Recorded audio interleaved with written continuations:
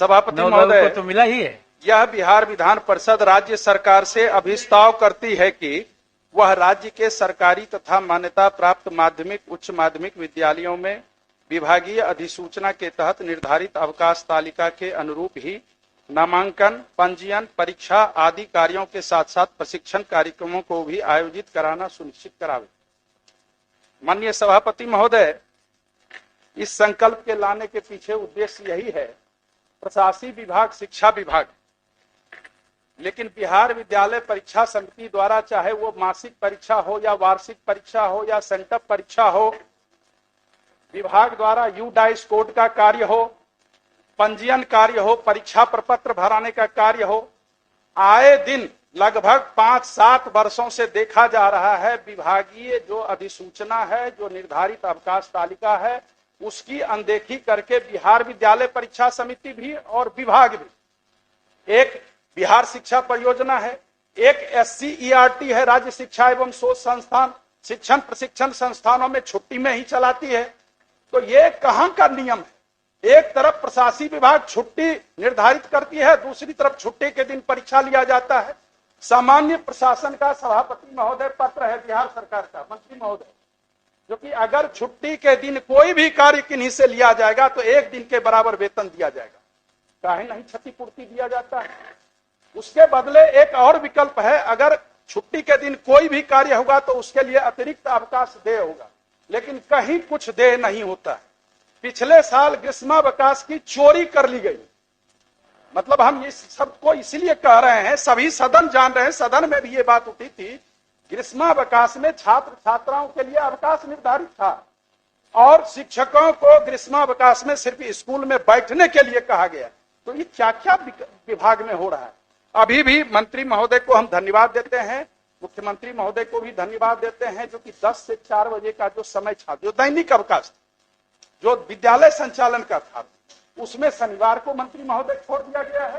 शनिवार को मुख्यमंत्री महोदय ने विधानमंडल में ही कहा था, आपने भी कहा था, शनिवार को सब दिन हाफ डे होता था।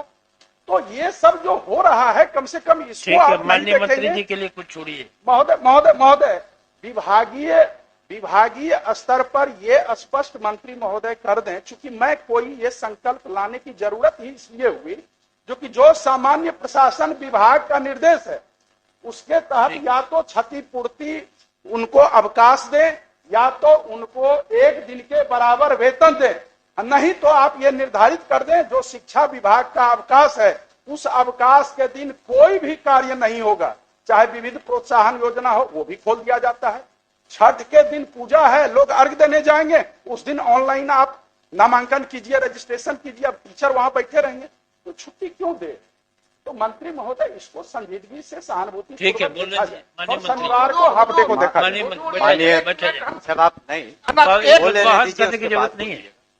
माननीय सभापति महोदय, माननीय सदस्य को पहले तो विभाग को धन्यवाद देना चाहिए।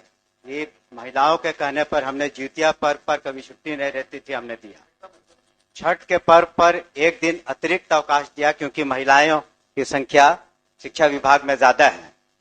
तो इसका भी उनको जिक्र करना चाहिए कि अगर हम लोग संवेदनशील नहीं रहते तो छठ पर अतिरिक्त, जबकि वो सरकारी घोषित नहीं, सरकार, लेकिन नहीं।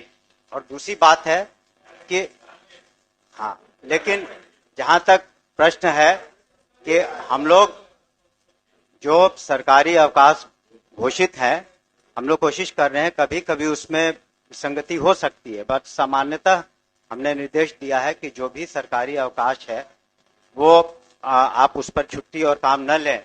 लेकिन ये भी एक चैलेंज है, माननीय सदस्य ने इसका जिक्र नहीं किया, कि आज 6 लाख से ज्यादा शिक्षक हैं। जब 6 लाख शिक्षक को आप सोच लें कि अगर मुख्यालय में SCERT में ट्रेनिंग करानी हो और सभी डायट्स में जो जिलों में ट्रेनिंग करानी हो और एक सिर्फ 5 ही दिन 1 सप्ताह में और साल में 2 बार करानी हो, तो कुछ व्यवधान बीच में आएंगे, कुछ व्यवहारिक कठिनाइयां आएंगी।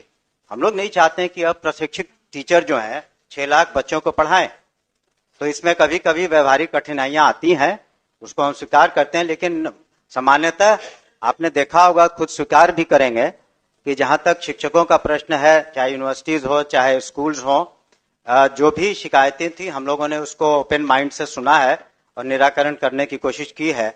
और जो गतिरोध था तरह तरह के, उसमें तो निश्चित रूप से कमी आई है। और हम लोग संवेदनशील हैं कि जो भी माननीय सदस्य लगातार हमसे मिलते रहे हैं, सभी माननीय सदस्य, और उनकी बातों पर हमने अमल भी किया है। लेकिन कुछ व्यवहारिक कठिनाइयां आती हैं प्रशासन में। और इतने बड़े महकमे को 75,000 स्कूल हैं, 6 लाख से ज्यादा शिक्षक हैं और यूनिवर्सिटीज के अलग अपने इश्यूज हैं, तो उसमें कुछ एग्जाम कराने में या ट्रेनिंग कराने में कुछ व्यवहारिक कठिनाइयां आती हैं। लेकिन जानबूझ करके इस ख्याल से कि किसी शिक्षक को असुविधा हो या कर्मचारी को असुविधा हो, ऐसी बात नहीं है। हम लोग उसका ख्याल रखते हैं और भविष्य में भी रखेंगे। इसलिए माननीय सदस्य से अनुरोध है कि अपना संकल्प वापस लें। महोदय, हम लोग संजीव जी ने तो सिर्फ कहा है कि एक ही आदमी शिक्षा विभाग का जो मालिक है वो शिक्षा विभाग को संचालन करे। कई मालिक बन जाते हैं, कई महावत बन जाते हैं, इसके चलते कठिनाई हो रही है। और महोदय, कुछ तो अव्यवहारिक बात माननीय मंत्री ने कहा, कुछ प्रॉब्लम। हम लोग संजीव जी ने तो सिर्फ कहा है कि एक ही आदमी शिक्षा विभाग का जो मालिक है वो शिक्षा विभाग को संचालन करे। कई मालिक बन जाते हैं, कई महावत बन जाते हैं, इसके चलते कठिनाई हो रही है। और महोदय, कुछ तो अव्यवहारिक बात माननीय मंत्री ने कहा, कुछ प्रॉब्लम होता है महीने महीने परीक्षा, 7 दिन 6 दिन परीक्षा होता है तो 6 दिन ऐसे गया क्लास, 7 दिन कॉपी दिखाता है तो 7 6 13, 5 गो छुट्टी होता है तो 13 5 आप जोड़ लें महोदय, 18। तो इस तरह से, और कोई उस रिजल्ट का असेसमेंट नहीं है। महीने महीने एग्जाम हम ही लोगों के स्कूल में, सरकारी स्कूल में होता है और उसका असेसमेंट करेंगे तो 0। आखिर किस उद्देश्य से आप परीक्षा लेते हैं? तो आप असेसमेंट कीजिए ना कि उससे कुछ फायदा हुआ है या घाटा हुआ है। आपके प्रश्न पत्र पहले से लीक रहते हैं, 4 दिन पहले भेज देते हैं, सब बच्चा को बताया जाता है। 3 दिन तक एक ही सब्जेक्ट के कॉपी को स्कूल अपना प्रतिष्ठा बचाने के लिए उसको लिखवाता है। तो इन सारे मुद्दों पर भी विचार करना चाहिए कि जो औचित्य नहीं, आप 3 महीना पढ़ लीजिए, आप 6 महीना पढ़ लीजिए, लेकिन आप परीक्षा का असेसमेंट कीजिए। आप असेसमेंट नहीं कर रहे हैं, सिर्फ कॉपी और क्वेश्चन लार्ज स्केल पर करोड़ों करोड़ में छपवा के और आप व्यवसाय करा रहे हैं, उससे बच्चों पर बोझ बढ़ रहा है और अव्यवहारिक काम भी हो रहे हैं। इस पर मैं कहना चाहूंगा माननीय सभापति महोदय कि ये जो पूर्व से चली आ रही जो व्यवस्था थी कि हर महीने की, उस पर हम लोग दिसंबर माह में निश्चित रूप से उस पर विचार कर रहे हैं कि क्या वो व्यवहारिक है कि नहीं। दूसरी बात ये भी है कि अनुश्रवण के दौरान हम लोगों ने ये भी कहा है डिस्ट्रिक्ट एजुकेशन ऑफिसर को, जिनको अभी तक जो बहुत सारे कंस्ट्रक्शन इत्यादि के कामों में थे, उससे उनको मुक्त कर दिया है हम लोगों ने। तो अब स्कूल्स की ग्रेडिंग भी हम लोग करना इसी वजह से चाहते हैं, इस ख्याल से नहीं कि कोई स्कूल अगर ग्रेडिंग में नीचे हो तो वहां पर किसी शिक्षक को हम लोग गलत व्यवहार करेंगे या उन पर कार्रवाई करेंगे। इसलिए हम लोग ग्रेडिंग करना चाहते हैं कि वैसे स्कूल जो अपने परफॉर्मेंस में थोड़े नीचे हैं, उनको ऊपर कैसे लाया जाए। तो ये जो बात आपने परीक्षा की कही, उसको व्यवहारिकता के दृष्टिकोण से हम लोगों ने देखा और दिसंबर में उस पर निश्चित रूप से एक निर्णय ले लेंगे। अब वापस लीजिए अपना संकल्प अब तो वापस ले लें। कोई बहुत देर तक नहीं। सर इसको लाए हैं तो संक्षिप्त में समय सर निर्धारित है। मैं सर 33 दिनों का जो ईएल है वो भी पत्र निर्गत नहीं हुआ है। आपने ग्रीष्मावकाश की कटौती कर ली। दूसरी बात महोदय, बस सब बात आ गई, कंक्लूड सर, वो नहीं आई थी, बस कंक्लूड कर रहा हूं। दूसरी बात, आप अतिरिक्त वेतन दें, अतिरिक्त अवकाश दें, ये आप सुनिश्चित करें। बस मेरा तो यही सवाल है, और तो कोई सवाल नहीं है। ना पूर्ण वेतन दिसंबर में सब कर रहे हैं, हैं, राज्य कर्मी का वेतनमान, ना पूर्ण वेतनमान।